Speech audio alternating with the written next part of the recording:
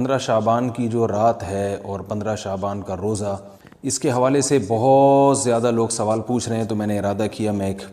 Clip record کروا دوں۔ اس میں جو بھی میری ٹوٹی پھوٹی تحقیق ہے، جو میں نے احادیث دیکھی اس بارے میں اور جو علماء کے اقوال دیکھے اور جتنا میں اس کی ریسرچ کر سکا ہوں، اس کا ایک خلاصہ آپ کے سامنے رکھ دوں۔ اگر میں وہ تمام احادیث آپ کو پڑھ کے سناؤں، پھر ایک ایک کی سند پڑھوں، پھر ایک ایک کی سند پہ بحث کروں، تو وہ بات بہت ہو جائے گی لمبی اور کلپ بہت طویل ہو جائے گا۔ تو ایک خلاصے کے طور پر پوری جو ایک تحقیق ہے وہ میں آپ کے سامنے رکھنا چاہتا ہوں۔ تو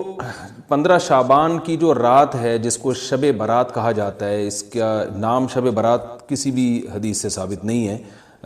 اس لیے عرب اس کو اکثر لیلۃ النصف من شعبان کہتے ہیں کہ شعبان کے جو نصف ہے اس کی رات۔ خیر، اس کا نام شب برات ہو، اگر اس وجہ سے برات کے اس میں اللہ تعالیٰ کہا جاتا ہے کہ جہنم سے بری کر دیتے ہیں،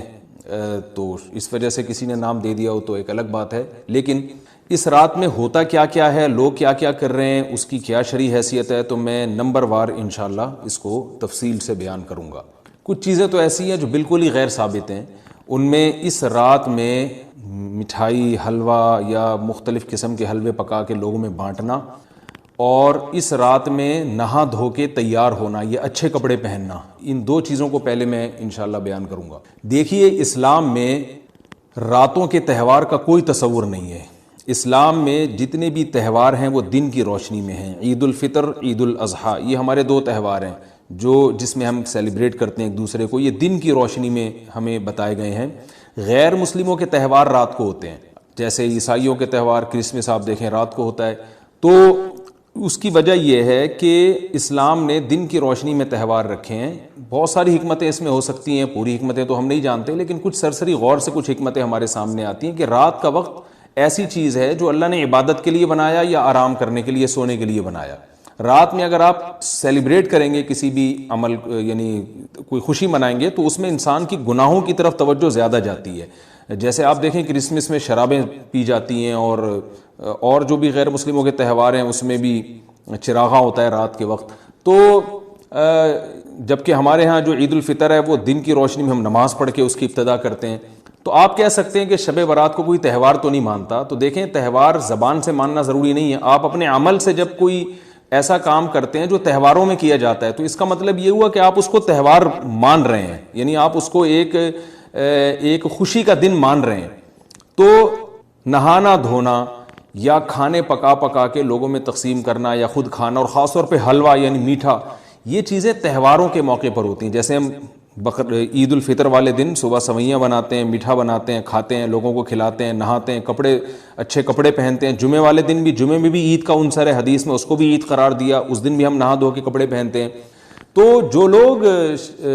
15 شعبان کی رات کو نہاتے دھوتے ہیں، اسپیشلی اس رات کو کہ بھئی آج کوئی تہوار ہے یا آج کوئی خوشی کا دن ہے، اور مٹھائیاں کھاتے ہیں یا حلوے پکاتے ہیں، تو وہ زبان سے اس کو تہوار نہ بھی کہیں، اپنے عمل سے یہ بتاتے ہیں کہ یہ تہوار ہے، جبکہ یہ تہوار نہیں ہے۔ اسلام میں کوئی اس کی ایک ضعیف روایت بھی نہیں ہے کہ آپ صلی اللہ علیہ وسلم نے، میرے علم میں نہیں ہے کم از کم، ہو سکتا ہے کوئی موضوع من گھڑت روایت موجود ہو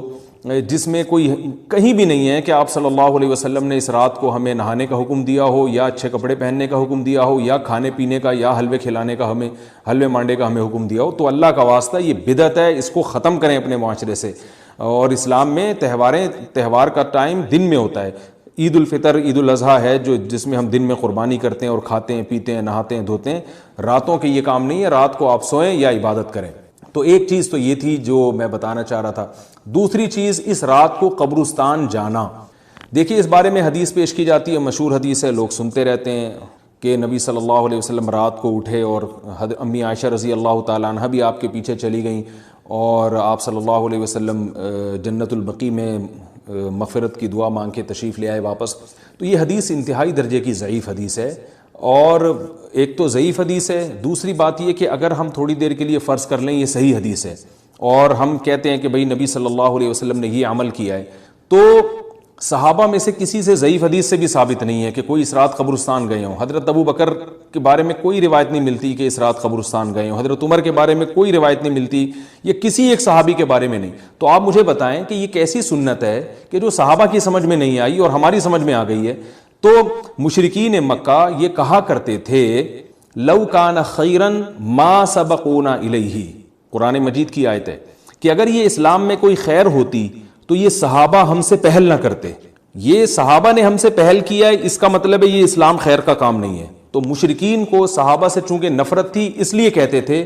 کہ یہ چونکہ اسلام کو فالو کر رہے ہیں تو یہ اس کی علامت ہے کہ اسلام خیر نہیں ہے، کیونکہ خیر میں تو ہم صحابہ سے آگے ہوتے ہیں، اپنے بارے میں ان کا یہ اس خوش فہمی میں مبتلا تھے وہ۔ لیکن ہماری رائے کیا ہے، ہم یہ کہتے ہیں کہ لو کان خیرن لسبقونا الیہ، وہ کہتے تھے لا سبقونا، ہم کہتے ہیں لسبقونا،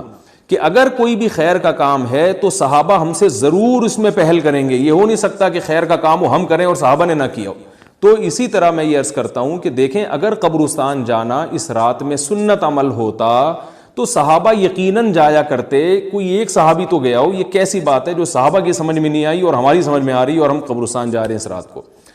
چلیں اگلا اسٹیپ تھوڑی دیر کے لیے فرض کر لیتے ہیں کہ نبی صلی اللہ علیہ وسلم جو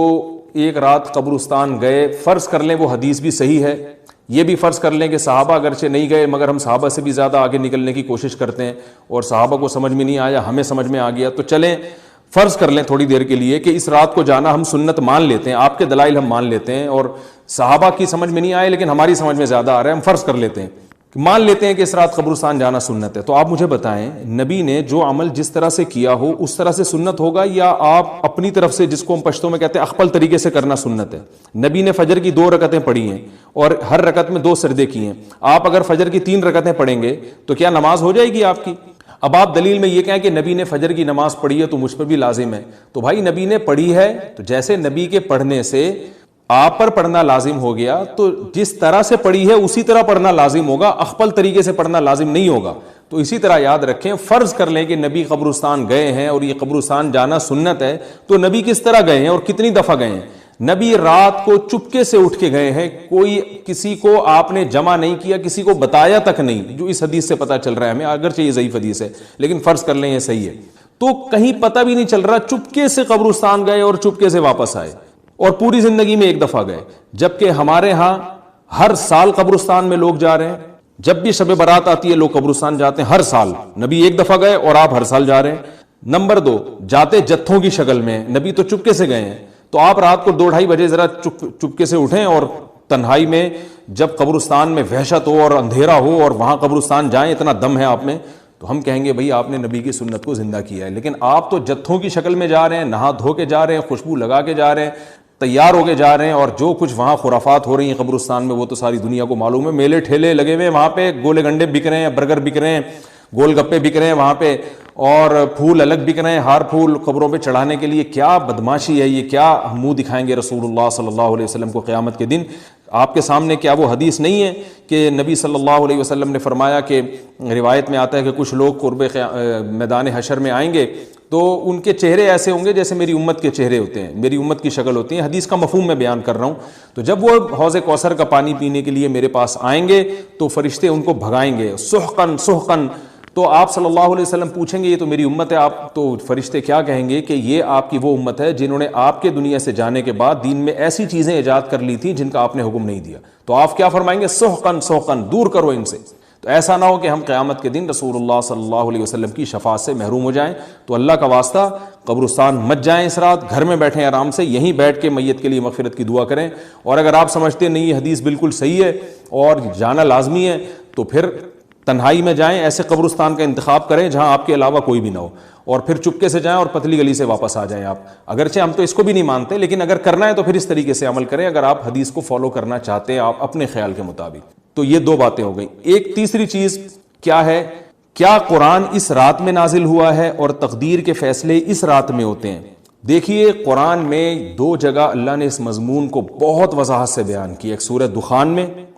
انا انزلناہ فی لیلۃ مبارکہ کہ ہم نے اس کو مبارک رات میں نازل کیا، اور اللہ نے فرمایا فیہا یفرق کل امر حکیم، اس میں حکمت والے فیصلے ہوتے ہیں اس رات میں۔ دوسری جگہ 30ویں پارے میں سورہ قدر میں اللہ نے فرمایا انا انزلناہ فی لیلۃ القدر، ہم نے اس قرآن کو لیلۃ القدر میں نازل کیا، اور اس میں بھی اللہ نے فرمایا تنزل الملائکۃ فیہا کہ فرشتے اس رات میں اترتے ہیں باذن ربہم من کل امر، تمام قسم کے معاملات لے کے۔ تو یہاں بھی اللہ بتا رہے ہیں کہ جو 1 سال کے فیصلے جس رات میں ہوتے ہیں اور فرشتوں کے حوالے کیے جاتے ہیں وہ رات اور قرآن کے نازل ہونے والی رات ایک ہی ہے, یہ الگ الگ راتیں نہیں ہیں. اور سورہ قدر میں اللہ نے فرما دیا واضح لفظوں میں کہ وہ لیلۃ القدر کی رات ہے. تو اتنی وضاحت کے بعد پھر یہ کہنا کہ اس رات میں قرآن نازل ہوا تھا جبکہ اس کے بارے میں کوئی صحیح حدیث موجود بھی نہیں ہے, ضعیف یا موضوع روایتیں ہیں, تو یہ بالکل قرآن پر میں سمجھتا ہوں کہ یہ ٹھیک نہیں ہے, بالکل دلیل کے لحاظ سے یہ کمزور بات ہے. اگرچہ بعض علماء اس طرف گئے ہیں اور انہوں نے تعویل کی ہے, انہوں نے یہ تعویل کی ہے کہ قرآن جو ہے آسمان دنیا پہ آیا لیلۃ القدر میں اور وہاں سے جو نیچے نزول شروع ہوا ہے وہ شب برات میں ہوا ہے, لیکن یہ تعویل عقل سے بعید ہے اور اس تعویل کی ہمیں ضرورت بھی نہیں ہے. 2 صحیح حدیثیں ٹکرا رہی ہوں یا قرآن کی آیت کسی ایسی متواتر حدیث سے ٹکرا رہی ہو تو پھر تو وہاں ہمیں تطبیق دینے کی ضرورت پیش آتی ہے, جب قرآن کے مقابلے میں کوئی حدیث ہی نہیں ہے, صحیح حدیث بھی نہیں ہے. حالانکہ قرآن کے مقابلے میں تو فقہا کہتے ہیں کہ اگر صحیح حدیث بھی ہو, متواتر نہ ہو, صحیح حدیث بھی ہو تو وہ بھی ظنی ہوتی ہے, تو اس حدیث کو رد کیا جائے گا, قرآن میں تعویل نہیں کی جائے گی. لیکن یہاں تو صحیح حدیث بھی نہیں ہے, یہاں تو ایک ضعیف روایت ہے اور ضعیف اقوال ہیں, آپ اس کو کیسے قرآن کے مقابلے میں لا سکتے ہیں؟ تو جو بالکل بے غبار بات ہے وہ یہی ہے کہ اللہ تعالیٰ نے قرآن مجید کو لیلۃ القدر میں نازل کیا جو رمضان کے آخری عشرے میں ہوتی ہے, اور اسی لیلۃ القدر میں فیصلے بھی ہوتے ہیں. اور بعض لوگ کہتے ہیں اس میں حرج کیا ہے کہ ہم 15 شعبان کو بھی فرض کر لیں, اس میں قرآن نازل ہوا اور لیلۃ القدر میں بھی. بھائی اس سے لیلۃ القدر کی ویلیو کم ہوتی ہے. اللہ تو لیلۃ القدر کی ویلیو بڑھا رہے ہیں کہ یہ ایسی رات ہے جس میں 1 سال کے فیصلے بھی کر دیے جاتے ہیں اور اس میں قرآن مجید کا نزول بھی شروع ہوا. تو جس رات کو اللہ نے جو پروٹوکول دیا ہے وہی پروٹوکول اس کو دینا چاہیے, آپ اس کو کسی اور رات کو نہ دیں وہ پروٹوکول. تو یہ تیسرا مسئلہ ہوا. پہلا مسئلہ حلوے مانڈے کا اور نہانے دھونے کا, وہ بھی غلط ہے. دوسرا مسئلہ قبرستان جانے کا, وہ بھی ٹھیک نہیں ہے. تیسرا مسئلہ کہ اس رات میں قرآن نازل ہوا اور فیصلے ہوتے ہیں, یہ تیسری بات بھی غلط ہے. نہ تو اس رات میں قرآن نازل ہوا اور نہ اس رات میں فیصلے ہوتے ہیں. چوتھی چیز کہ کیا اس رات کی میں عبادت کی کوئی فضیلت ہے سرے سے یا نہیں ہے, یہ ایک علمی مسئلہ ہے. تو اس بارے میں خوب اچھی طرح سمجھ لیں کہ اس بارے میں جتنی بھی احادیث ہیں جو اس رات کی فضیلت کے بارے میں ہیں کہ بنو کلب کی بکریوں کے برابر مغفرت ہوتی ہے اور بکریوں کے بالوں کے برابر, اور یا جو بھی اس بارے میں روایات ہیں کہ سب کی بخشش ہو جاتی ہے سوائے اس شخص کے جو کسی کے دل میں کینہ رکھتا ہے, تو یہ جتنی اس رات کی فضیلت میں احادیث ہیں, تو ایک بات تو خوب اچھی طرح سمجھ لیں, اس پر تمام محدثین کا, جہاں تک میں نے دیکھا ہے, تمام محدثین کا اتفاق ہے کہ اس کی فضیلت میں صحیح حدیث ایک بھی نہیں ہے. اس رات کی فضیلت میں ایک بھی صحیح حدیث موجود نہیں ہے. لیکن ضعیف روایتیں اتنی کثرت سے ہیں کہ ایک الگ محدثین کا اصول ہے کہ جب ضعیف روایتیں کی سندیں زیادہ ہو جائیں تو وہ حسن بن جاتی ہے, یعنی قابل قبول ہو جاتی ہے وہ, کیونکہ بہت ساری کمزور چیزیں مل کے اس میں کچھ قوت پیدا کر دیتی ہیں. تو اب جن علماء نے احادیث کے ضعف کی طرف دیکھا کہ ایک بھی صحیح روایت نہیں ہے, انہوں نے اس رات کا بالکلیہ انکار کر دیا کہ اس رات کی سرے سے کوئی فضیلت نہیں ہے. لیکن جن علماء نے اصول حدیث کی طرف دیکھا اور فقہ کے ایک اصول کی طرف دیکھا کہ کثرت روایات درجہ حسن تک پہنچ جاتی ہیں, ضعیف روایات, تو انہوں نے کہا کہ بالکل اس رات کی فضیلت کا انکار ہی سرے سے کر دینا یہ غلط ہے. تو جمہور اس طرف گئے ہیں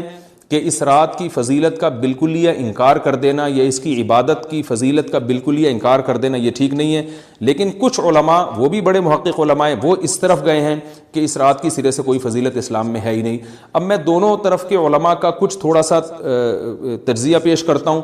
تو جو علماء یہ کہتے ہیں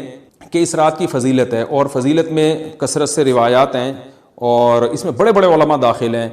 امام شافعی رحمہ اللہ تعالی جیسے مجتہد بھی ہیں جو اس رات کی فضیلت کے قائل ہیں. باقی ائمہ سے مجھے جو ہے نا امام ابو حنیفہ سے کچھ نہیں ملا اس رات کی فضیلت کے بارے میں, اور امام احمد ابن حنبل سے بھی مختلف روایات ملی ہیں, اس لیے میں جزم سے کسی اور امام کے بارے میں نہیں کہہ سکتا. لیکن امام شافعی سے بہرحال اس کی فضیلت صراحتاً منقول ہے, اگرچہ انہوں نے بھی اعتراف کیا ہے کہ اس کی روایات کے بارے میں جتنی اس بارے میں روایات ہیں وہ ضعیف ہیں. لیکن وہی ایک اصول ہے کہ جب ضعیف روایات بہت کثرت سے ہوتی ہیں تو درجہ حسن تک پہنچ جاتی ہیں. تو اس اصول کے تحت جمہور اس کے قائل ہیں کہ اس رات میں عبادت اگر ہم کرتے ہیں تو دوسری راتوں کی نسبت ہمیں ثواب زیادہ ملتا ہے. لیکن جو بعض دوسرے علماء جو بالکل ہی اس رات کی فضیلت کے منکر ہیں، ان کے دلائل میں یہ ہے کہ یہ بات اگرچہ درست ہے کہ اگر ضعیف روایات کثرت سے ہوں تو وہ درجہ حسن تک پہنچ جاتی ہیں، لیکن وہ کہتے ہیں کہ کچھ قرائن ایسے ہیں جن قرائن سے پتہ چلتا ہے کہ جو ہے ان قرائن کو اگر سامنے رکھا جائے تو وہ ان کی رائے یہ ہے کہ پھر ان کا خیال یہ ہے کہ ان کا رجحان اس طرف ہے کہ اس رات کی سرے سے کوئی فضیلت نہیں ہے۔ ان قرائن میں ایک چیز یہ بھی ہے کہ اس کے بارے میں جو روایات ہیں ان میں بہت زیادہ ثواب کی بشارت سنائی گئی ہے۔ تو بعض محدثین کا یہ اصول ہے کہ کسی رات کے بارے میں یا کسی خاص عمل کے بارے میں بہت زیادہ کہیں غلو ہوتا ہے یا مبالغہ ہوتا ہے، غلو تو نہیں کہہ سکتے، تو یہ خود ایک اس طرف اشارہ ہوتا ہے کہ یہ ایک ضعف ہے، اگرچہ یہ کوئی اتنی مضبوط بات نہیں ہے، لیکن بہرحال جو علماء اس کی فضیلت کے بالکل منکر ہیں ان کی ایک دلیل میں آپ کے سامنے پیش کر رہا ہوں۔ دوسری بات یہ ہے کہ جو علماء اس کی فضیلت کے بالکل بھی قائل نہیں ہیں ان کی ایک بڑی دلیل یہ بھی ہے، جن میں ہمارے شیخ حضرت مفتی رشید احمد صاحب رحمہ اللہ تعالیٰ بھی تھے، اگرچہ انہوں نے اس بارے میں کوئی صراحتاً فتویٰ نہیں دیا، لیکن وہ یہ اشکال ظاہر کیا کرتے تھے کہ شریعت میں جب بھی کسی وقت کی یا کسی خاص رات کی کوئی فضیلت آتی ہے تو اللہ تعالیٰ اس کو جو ہے وہ اس کا صحیح ٹائم نہیں بتاتے بلکہ اس میں اختلاف ڈال دیتے ہیں۔ اس کی مثال ایسے جیسے جمعے کے دن حدیث میں آتا ہے کہ ایک وقت جمعے میں ایسا آتا ہے جس میں دعا لازمی قبول ہوتی ہے، اب ظاہر ہے وہ بڑا فضیلت کا وقت ہے، تو وہ وقت ہمیں متعین طور پہ بتایا نہیں گیا ہے، اس لیے علماء کا اس میں اختلاف ہوا، بعض نے کہا عصر کے بعد، بعض نے کہا کہ 2 خطبوں کے درمیان۔ لیلۃ القدر کو دیکھ لیں، لیلۃ القدر کی فضیلت میں قرآن بھی ہے، بہت ساری احادیث ہیں، لیکن لیلۃ القدر کی رات ہے کون سی یہ اللہ نے اس میں ابہام ڈال دیا۔ طاق راتوں میں 21 بھی ہو سکتی ہے، 23 بھی ہو سکتی ہے، بعض بلکہ حدیث سے 22ویں رات کا بھی ہونا ثابت ہے، زیادہ امکان 27ویں رات کا ہوتا ہے، تو وہ متعین نہیں ہے۔ تو جو علماء کہتے ہیں اس کی سرے سے کوئی فضیلت ہی نہیں ہے، ان کا رجحان وہ ان کی ایک یوں سمجھیں کہ دلیل تو نہیں لیکن ایک استئناس کہتے ہیں اس کو، کہ اس سے ان کے اس نظریے کو تقویت ملتی ہے کہ اگر یہ اس کی اتنی زیادہ فضیلت ہے تو اس کی تعیین میں اختلاف بالکل بھی نہیں ہے، تو یہ وہ کہتے ہیں کہ یہ مزاج شریعت کے خلاف ہے۔ اور تعیین میں اختلاف ہوتا کیوں ہے؟ علماء نے یہ بیان کیا اگر لیلۃ القدر کو متعین طور پہ بیان کر دیا جاتا نا کہ یہی لیلۃ القدر ہے تو بہت ساری اس میں جو ہے نا حکمتیں فوت ہو جاتی، جن میں ایک یہ بھی کہ اس رات میں جہاں عبادت کا ثواب بہت ہے گناہ کا عذاب بھی بہت ہے، پھر اگر اس رات میں کوئی گناہ کرتا تو وہ اللہ کے عذاب سے نہ بچ پاتا، کیونکہ وہ اللہ متعین کر دیا کہ یہ لیلۃ القدر ہے، تو کیسے تم اس میں گناہ کر رہے ہو؟ اب معاملہ اللہ نے مبہم رکھ دیا کہ بھئی یہ بھی ہو سکتی ہے تو اگلے دن بھی ہو سکتی ہے۔ اور ایک فائدہ یہ بھی اس میں رکھا متعین نہ کرنے میں کہ لیلۃ القدر انہی کو ملے جو تلاش کریں، جو پورا عشرہ جاگیں گے ان کو لیلۃ القدر ملے گی۔ اگر اللہ اسپیسیفک دن بتا دیتا کہ 21ویں ہے، 23ویں ہے یا 25ویں ہے یا 22ویں ہے تو بہت سارے لوگوں کو لیلۃ القدر مل جاتی، تو اللہ نے جو مبہم رکھا ہے نا تو ایک رات کی فضیلت اللہ نے بڑھا دی مگر اس کی تعیین میں ابہام پیدا کر دیا تاکہ جو پورا عشرہ جاگے گا اسی کو لیلۃ القدر ملے گی، اس کے علاوہ ہر آدمی کو نہ ملے۔ وہ ایک اللہ کی ایک حکمت ہو سکتی ہے اس میں۔ تو یہ 2 حکمتیں ہیں کہ اس میں گناہ اگر کوئی کرے تو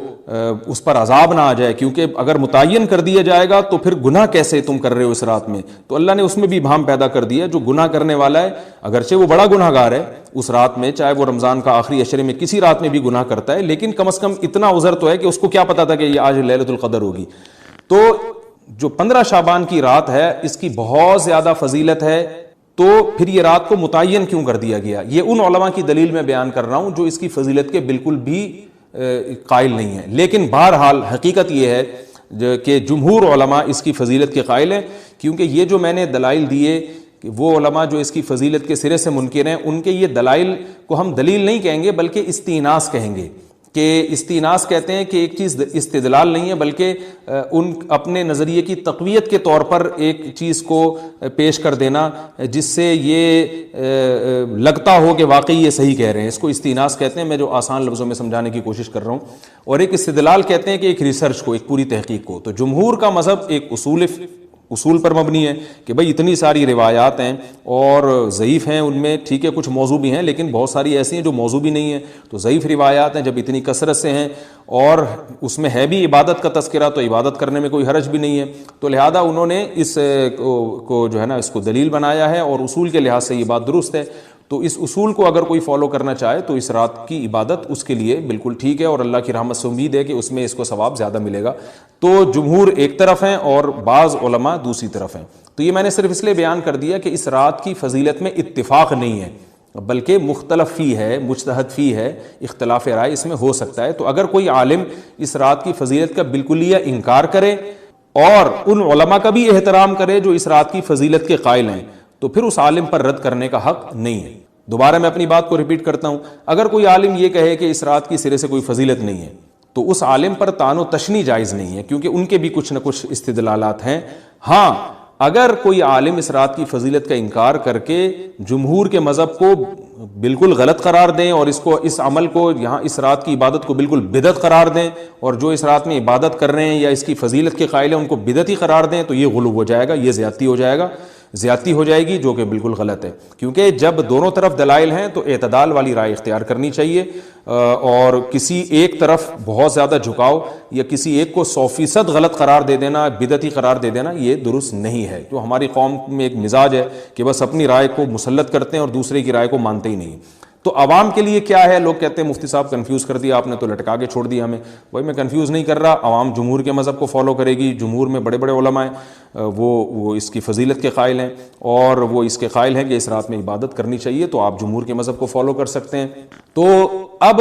یہ بات تو ہو گئی، جمہور کا مذہب میں نے آپ کو بتایا کہ وہ اس رات میں فضیلت کے قائل ہیں کہ اس رات میں عبادت کرنی چاہیے، لیکن کیسے کرنی چاہیے اس پر تمام علماء کا اتفاق ہے کہ مسجد میں جتھے بنا کے جانا یا اجتماعی عبادت کرنا یہ بالکل بدعت ہے، بالکل ناجائز ہے۔ اسی طرح کوئی مخصوص قسم کی نماز پڑھنا کہ پہلی رکعت میں یہ والی صورت، تو دوسری میں یہ والی صورت، تو تیسری میں یہ والی صورت، یہ بالکل بدعت ہے۔ صلاۃ التسبیح کی جماعتیں بدعت ہیں۔ تو ایک ہی راستہ ہے آپ کے پاس، آپ عبادت کرنا چاہتے ہیں تو انفرادی طور پر ایسے عبادت کریں جیسے عام دنوں میں آپ عبادت کرتے ہیں، یہ ویسے ہی نماز پڑھیں جیسے عام دنوں میں نماز پڑھتے ہیں۔ کوئی مخصوص صورتیں، مخصوص رکعتیں نہیں ہیں، جتنی اللہ توفیق دے تنہائی میں آپ 2 رکعتیں، تہجد کی 4 رکعتیں، 6 رکعتیں، 8 رکعتیں، 16 رکعتیں، جتنی اللہ توفیق دے آپ رات کو کھڑے ہو کر انفرادی نماز پڑھیں، دعائیں مانگیں اللہ تعالیٰ سے، قرآن کی تلاوت کریں، تسبیحات کریں، جتھے نہ بنائیں مسجد میں، چراغاں نہ کریں،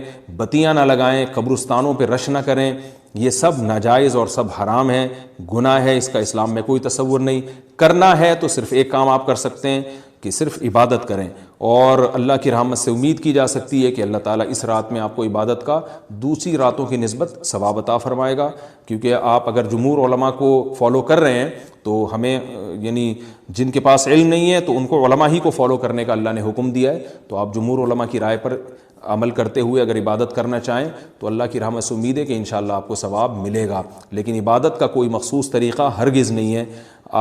پمفلیٹ بٹ رہے ہوتے ہیں کہ یہ والی صورت پڑھنے سے یہ ہو جائے گا، تو یہ والی صورت پڑھنے سے یہ ہو جائے گا، یہ بالکل غلط ہے۔ تو انفرادی عبادت ہوگی اور ایسے ہی عبادت کا طریقہ ہوگا جیسے پورے سال ہوتا ہے، نماز اسی طرح پڑھی جائے گی جیسے پورے سال پڑھی جاتی ہے، دعائیں مانگی جائیں گی،